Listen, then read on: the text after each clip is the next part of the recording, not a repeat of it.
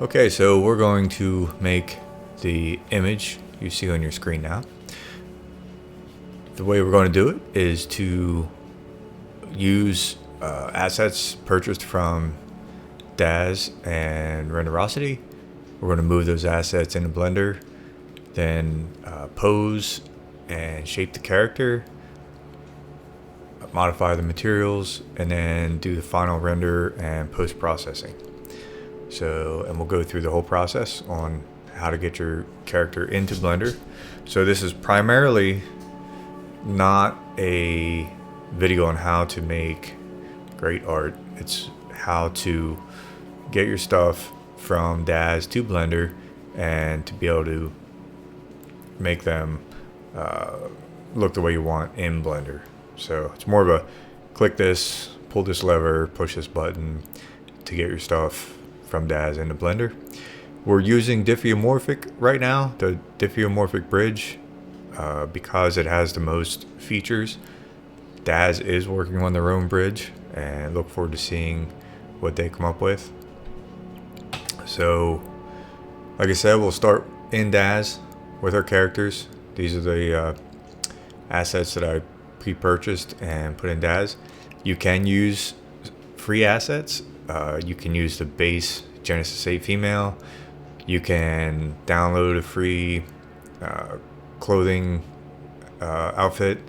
There are some free hair models out there you can download, and same with backgrounds. So everything you see here you can either make yourself or download for free.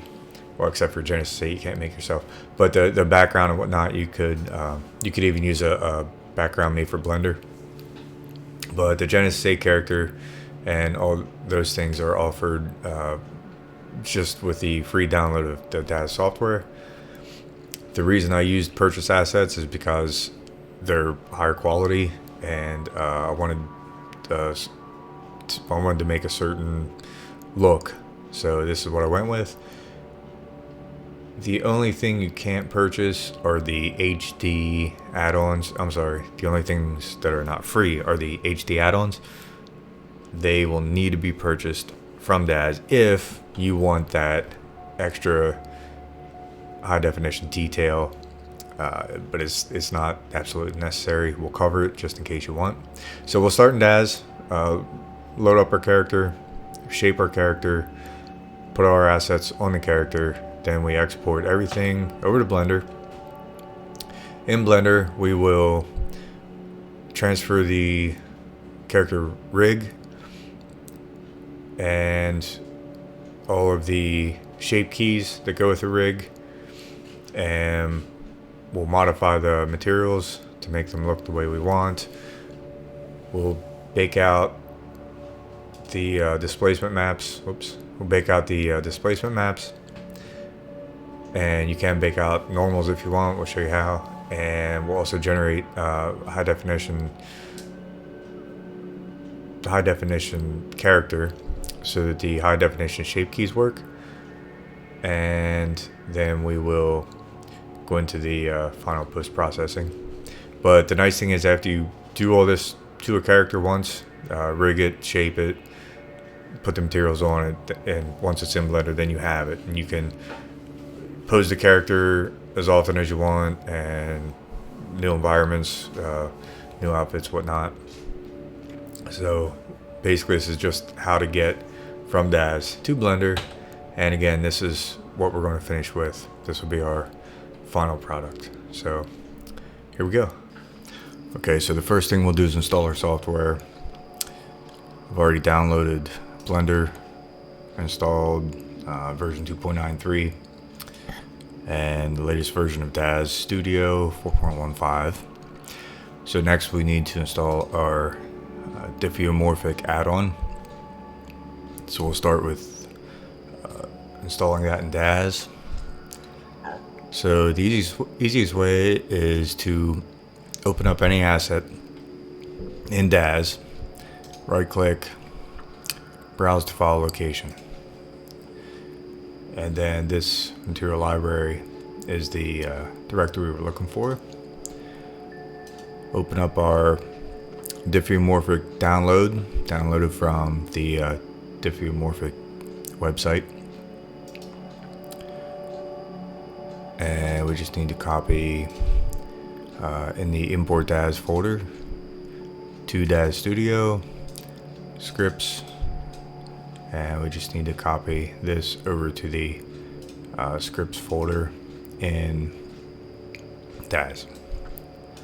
So copy those over, that's good. Now when we open up DAZ and refresh,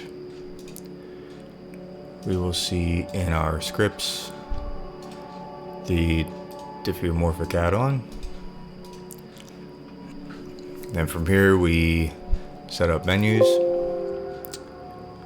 which already exist, so we'll replace them.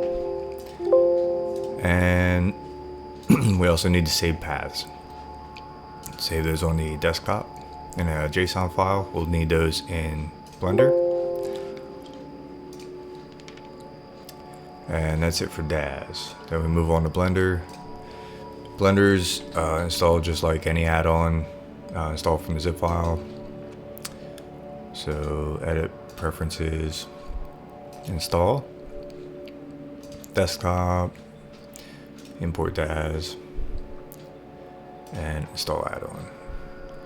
We'll activate that, and that installs the Diffeomorphic add-on. We also need to enable the MHX rigging system and the DAZ HD add-on, and we'll get to that much later. And there's one other add-on I like to use, and that is it's called ShapeKey Plus. So we'll install that from the desktop as well. ShapeKeys Plus, install, enable. And one last thing, make sure your node Wrangler is installed, or enabled rather. It comes already installed, we just need to enable it, because we will certainly make use of that. And then we should have the DAZ importer, MHX, and HD Morphs tabs. So when we go into DAZ importer, open up the global settings, and we will load our root paths from the JSON file that we just downloaded. So import DAZ paths, load cloud directories, we'll load everything in, and then in our global settings it should show our directories that hold our content. And that should be it for the install. One thing I forgot, we need to add the update for HD Morphs. So I'm not sure the exact right way to do it, but this is the way I do it. If we go to this directory, app data roaming, Blender Foundation, Blender, your Blender version, scripts and add-ons, you'll see the DAZ HD Morphs folder. And what I'll do is, and this link will be down below, and I'll just copy all these, copy all these into this folder and replace, and that installs the newest update for the HD Morphs. Okay, so we have a base character loaded up, just a base Genesis 8 with an outfit. And I want to say a quick thing about directories before we go any further.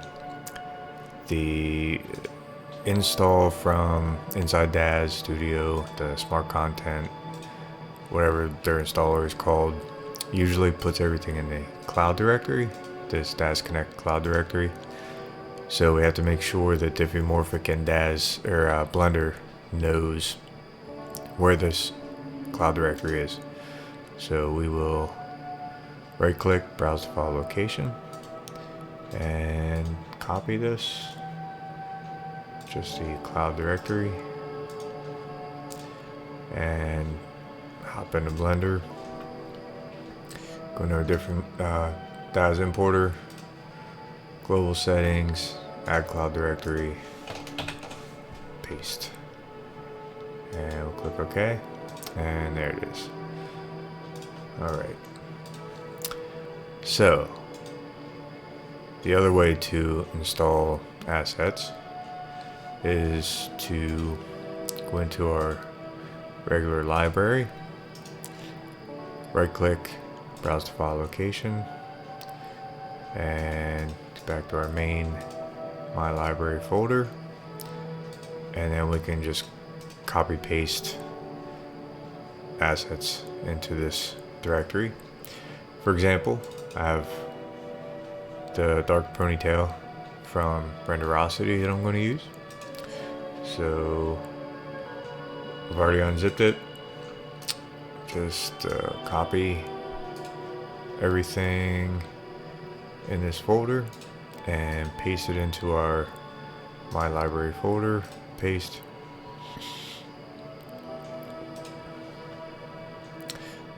And then when we refresh, we should see our new asset. I believe that's the Genesis 8. And yes, there it is. Select our character, add.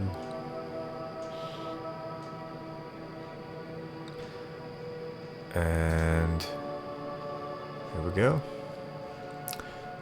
So next we'll take this character and do the, we're not going to do the HD details yet.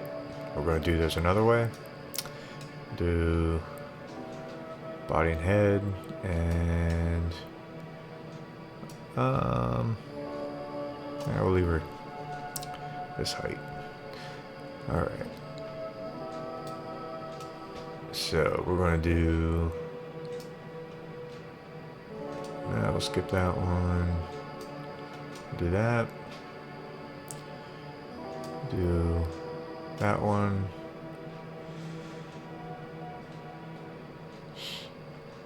And definitely wings. I'll do teeth while we're at it. And I think that's what we'll go with for now. Then we'll go over to the character and actually add the fun stuff. Add those. Maybe. Come on. Oh, it's material. There we go. And we want these. Alright. That looks like fun. And the materials. We'll do all. And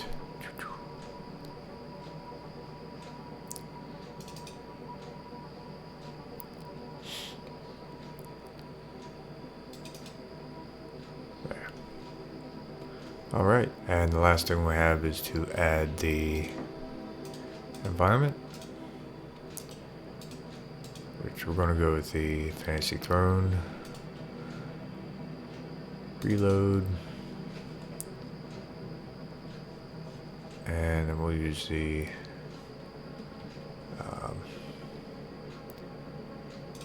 default settings and turn the lights back on. Okay.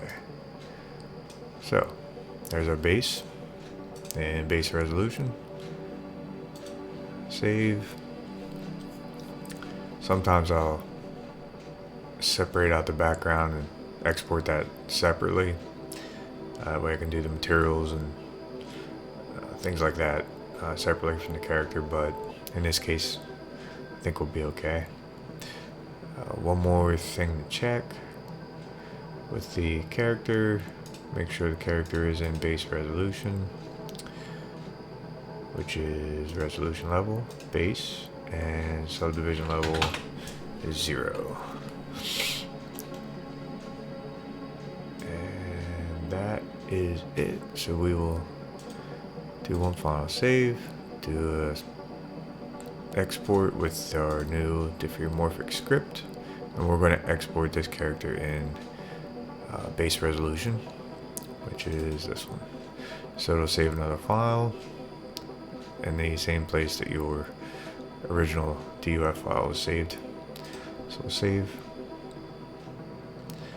get a little box when it's done saying it was successful, and then we are good. We're ready to import our DAZ character using the Diffeomorphic import.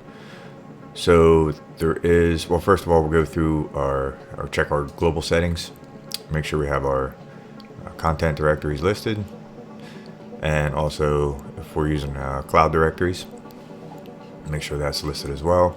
And really, I don't change anything in here except for there's some warnings here about the render settings and the light settings, and I'll just have those ignored because I plan on changing those anyway. So that's about the only thing I change in there. Easy import is a nice shortcut to use after you get used to this add-on a little bit. You really need to know what you're checking on this box, and this is really just a collection of everything that's listed over here.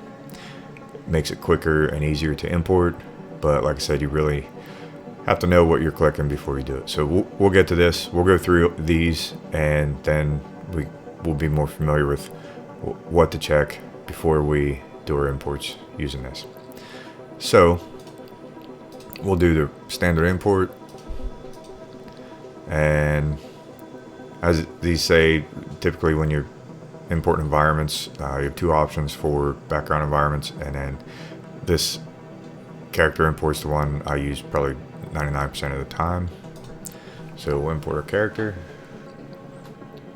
and it's our character, the background. Of course, we delete the cube, and first thing I want to do is hide the background so that we can focus on the character and the rig, get those things organized. So we'll select all these and M for move, and we'll make a collection just for the background, and we'll hide that from the viewport. If you don't have all of these things showing, you select them from up here. So this is viewport visibility, render visibility, and you can exclude from the layer, which is very handy for collections. So we'll continue selecting our background, hide these things, move to background, do box select, move background, move background. Okay, and we will, not sure if we'll use these lights, so we'll select all these and move those to their own group as well. So move, new collection, lights, and we will hide those. And now we're left with the cameras and the character. So the nice thing about Diffeomorphic is you really just start at the beginning and you work your way down. So the first thing we'll do is we'll eliminate any empties. I don't see any in this group, except for those. I'm not sure what those are, but we'll delete those. But if you use something like measure metrics in DAZ or something like that, it'll create empties. When you import your character, it'll have empties scattered about your scene, and Blender can't use them, so it's just nice to be able to delete them if there are any. It's just convenient. So next we will look at merging our rigs, which basically we have a character pose rig, and anything that shares that rig we can merge together. So for example, the rig for the character clothing, we can, let's see where this is. So this rig, and we'll isolate that. This rig basically lines up exactly with the character rig. And we'll isolate that. So they're basically in the same. So those are two we definitely want to rig or merge. But something like the rig for the wings, rig for the hair, those are things we probably don't want to merge, because once we convert from this rig to Rigify or MHX, we'll lose all these bones. So those I choose not to merge. Maybe some other people do it a different way, but those don't merge. So that one looks like it shares the same. We can do that one. Eyelashes, yes. Ponytail, no. Let's see. Top, yes. And I don't even see one for that. Where is that? Oh, that's because it shares. And okay. So just the wings and the hair we'll leave out. So we'll select all these with the character last and merge rigs. Create a mesh collection, merge non-conforming, and there we go. It did not create its own group, which is fine. We can do that ourselves. So we will M for move, new collection, rigs, and now we can hide everything. It brought our objects in as well, not sure why. So we'll move all these to their own group, to new collection, character, and now we have separate rigs, character. Okay. And we also have these two separate rigs, which we can move. Maybe. Oh, I see. Let's undo that. So what this is doing, the object is still parented to the armature. So we could move them, but we'll just leave them there for now. The only reason we do this is to make things a little more organized, a little easier to move around. If we want to hide these, we can hold down the shift key and hit the eyeball, and that'll hide those. Okay, so let's go back to the character and the character rig. And actually, we'll hide these, make those a little easier. And so after our rigs are merged, and the reason we do this is when we start posing our character armature, we want the clothing and whatever else we merged to move with the character. So when we bend the hips, now that we have all the armatures merged, the clothing will move with the character. And merge toes is for if your character has some type of footwear and you don't need to bend the toes independently, you can merge all the toes, they'll move as one unit. It just makes it a little more convenient. Copy pose, apply rest pose, and change armature. I really don't use much. I have a couple times, but not enough that I can really explain them, so I'll skip those. If you want more information, you can check the blog. And materials, we will devote quite a bit of time to, so we will skip that section for right now and come back to it in a later video. Now we'll get into the morphs, importing morphs. So basically, the first couple morphs we have, the units, expressions, semis, facts, and packs. These are basically all facial expressions.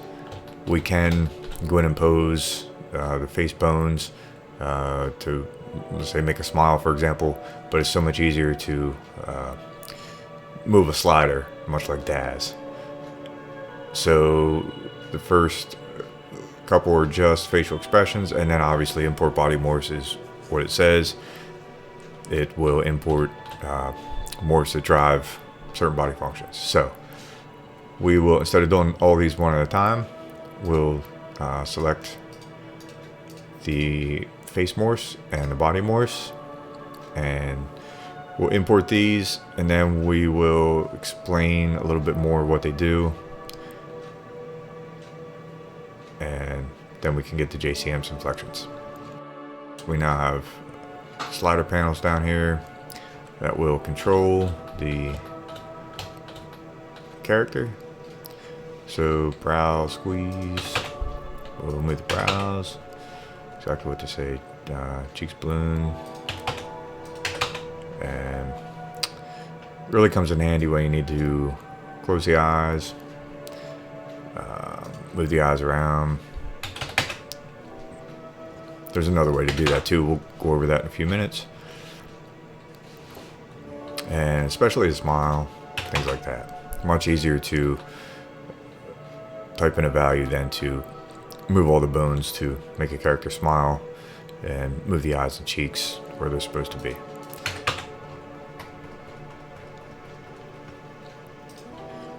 That's face units, expressions, same thing. Visemis are just mouth movements to further help in posing. And or if you want to make your character look like they're speaking. And fax units, very similar to the face units and expressions, just a different way of doing the same thing. Some of these are different than what's in face units and expressions, so just a couple more options. And body morphs do exactly what they say. So if we need to bend the hips, it's easier to type in a number than to move the character with the bones, especially when you get into fingers.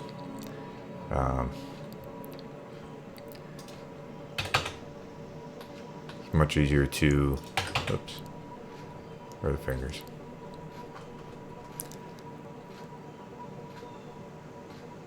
Yeah, fist. That's for the thumb, but it's much easier to pose all the fingers this way than to pose them individually. It just saves a lot of time. There, thumb grasp. Okay. All right, so those are the imported morphs, and next we have the JCMs.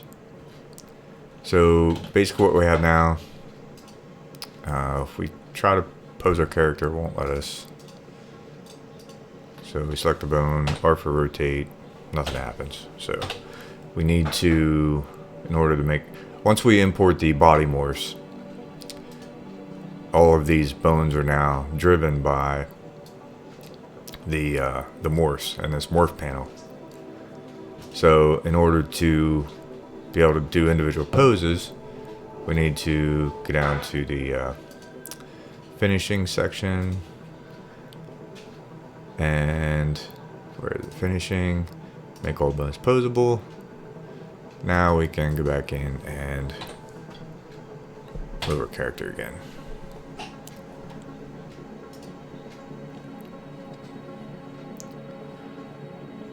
Okay, so JCMs are next. Basically what JCMs do, they stand for joint control morphs. So when you pose a bone, the shoulder right now doesn't, the mesh around the shoulder joint doesn't react the way it normally would. So the shoulder does not look natural. So what the joint control morphs do is they affect the mesh around the bone to make sure, to make the joints look the way they're supposed to. So we'll clear that pose. So, go back to object mode, select the character, import JCMs, and I'll just select them all. Okay. now when we pose our character, we'll see the shoulder joint mesh surrounding that bone will adjust and react. And it's kind of hard to see, but the way to verify, let's go down into our shape keys. Once we import the start importing morphs and JCMs and flexions, this shape key panel will populate, and we'll get into some of these Division 2 expression morphs a little later. But right now, if we want to see what shape key is active or was activated by this bone, we can, as long as we have shape keys plus installed, we can see which shape keys have a value greater than 0.001. And right now you can see JCM shoulder up. So if we had that morph, we can see the effect it has on it. And this is a driven morph indicated by the pinkish purple color here, which means it's driven by a bone. In this case, it's driven by this bone. And when we clear this pose out, this shape key will go back down to 0. So pose mode, clear all, okay. And now we have no shape keys that have a value. So we'll turn this back off. Okay, so that's the JCMs. Flexions work the same way. If you bend the forearm, the bicep will contract. Should show a slight bulge. That's exactly what the flexions do. Flex biceps. These are also driven. So we just import those. They will be added to the shape keys panel. And when we bend the arm, for example, you can see the effect and verify it in the shape key panel, flex biceps, along with the other morphs. And we can turn them on and off. This is an elbow fix, which without it, you can see the elbow looks pretty unnatural. So turn it back on. Another way we can clear morphs, which is really handy, is, or clear poses rather, is to go into the posing and clear pose. That will clear all the poses. Same with clear morphs. If you have a facial expression and maybe some other morphs that you've used in this panel down here, clear morphs will clear all those as well. Reset your character back to the A pose, which is really convenient.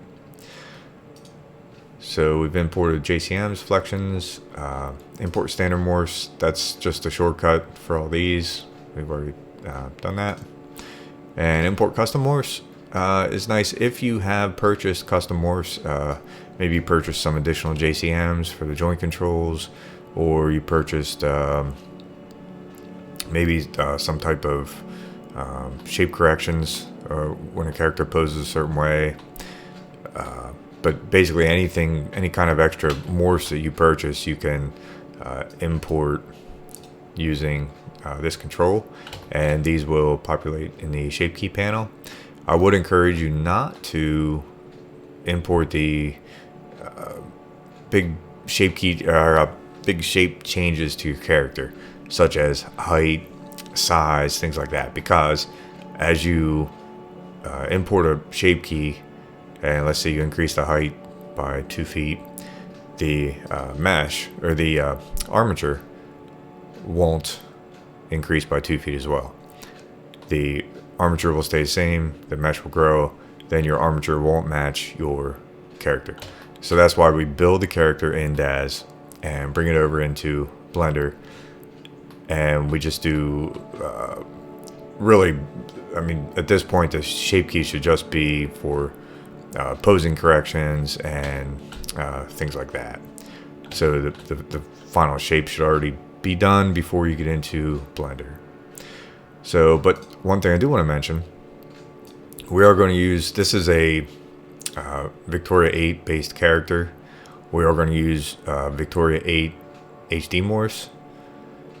So we can import those morphs that are included with the Victoria 8.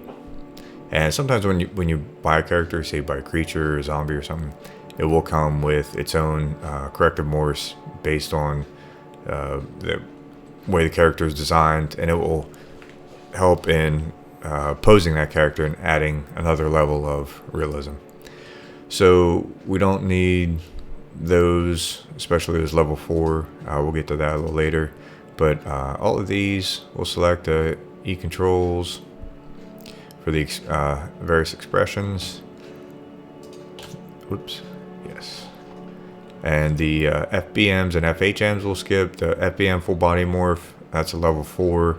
Those are the high definition details we get on the body, which we'll cover later on. You'll see the wrinkles in the fingers and the feet, the knees, things like that.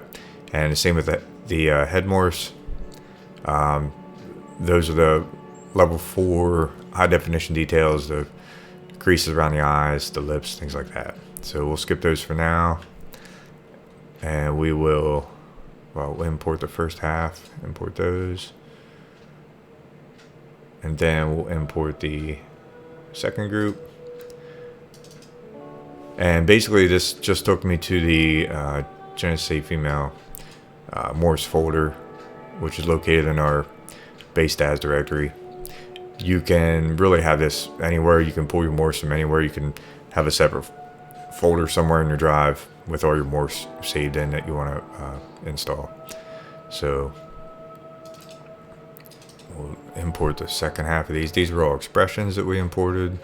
We're going to skip the FBMs and FHMs, and these are JCM, Joint Control Morphs, to help in posing our character. So, and these are driven, just like this first set should be all driven. I'm not really sure if they are or not, but I know these are, these JCMs. So import custom morphs, and we will verify in our shape keys panel. Turn our thing off, and these are our new Victoria 8 JCMs and the expressions. Okay, so that gets all of our character and morphs in.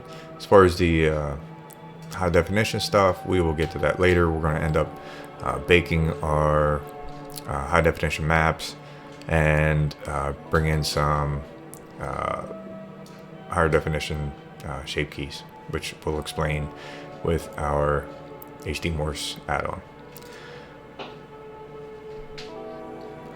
The save morphs, save favorite morphs, and load favorite morphs I've never used, so I won't go into detail about those. The transfer shape keys and apply shape keys is pretty handy for a couple things. First of all, I use them for the eyebrows. So right now, if we select the character and have the character smile, the eyebrows don't move with the character. So if we, even though the rigs are parented, we're moving this with the shape keys and the eyebrows don't follow along. So to transfer the morphs, we'll select the, I said eyebrows, I meant eyelashes.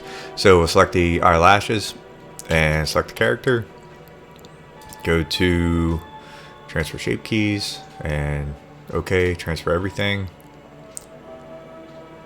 And after a couple seconds or a minute, transfers everything over.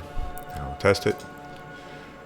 Have the character, and you see the eyelashes move with the character now.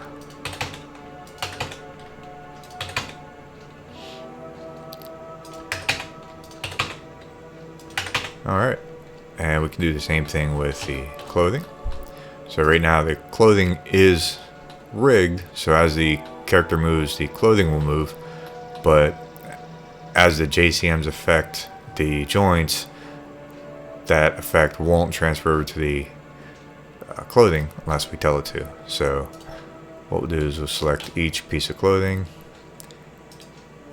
and transfer shape keys.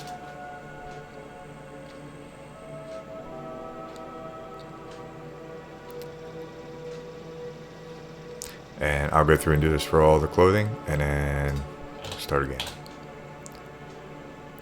Okay, so I've gone through and selected all of the individual items of clothing, transferred the shape keys from the character to the clothing. So that is about all I do there. The apply all shape keys and mix shape keys, I don't use those. And finishing, if you have geographs, you want to make sure you do that absolutely last. So the merge geographs and also the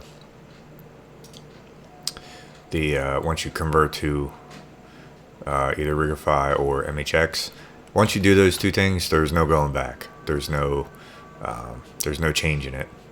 So at this point, you definitely want to save your project and maybe make a new copy. And then if you have geographs you want to merge, and then you want to convert to MHX, you can do that. First, I'm going to go through the material setup, and then we're also going to go through the HD morphs before we do those final conversions, because actually we don't have any geographs in this one, but I just want to reiterate, those are the very last things you want to do, because once you do those, you can't undo them. And here's why. So this is our character. Go into tab to go into edit mode and turn on our statistics. This character has 16,556 vertices. That's our base resolution. That's sub-zero in DAZ. It is our base resolution here in Blender. So as soon as you merge a geograph, as soon as you delete or add any vertices to this mesh, this is no longer the base mesh. Now you can no longer import morphs, you can no longer transfer shape keys, so basically this whole panel is becomes unusable after you change the resolution of your mesh. So that's why it's very important to keep this base mesh at this number, 16,556, for Genesis A female, and keep that at that resolution as long as you can, because as you start moving and posing a character, you might realize that you have a particular morph or something you want to change, and after you do your this finishing panel, you can't go back and change those. So that's I guess the next section would be the materials, and then we'll get into the HD morphs.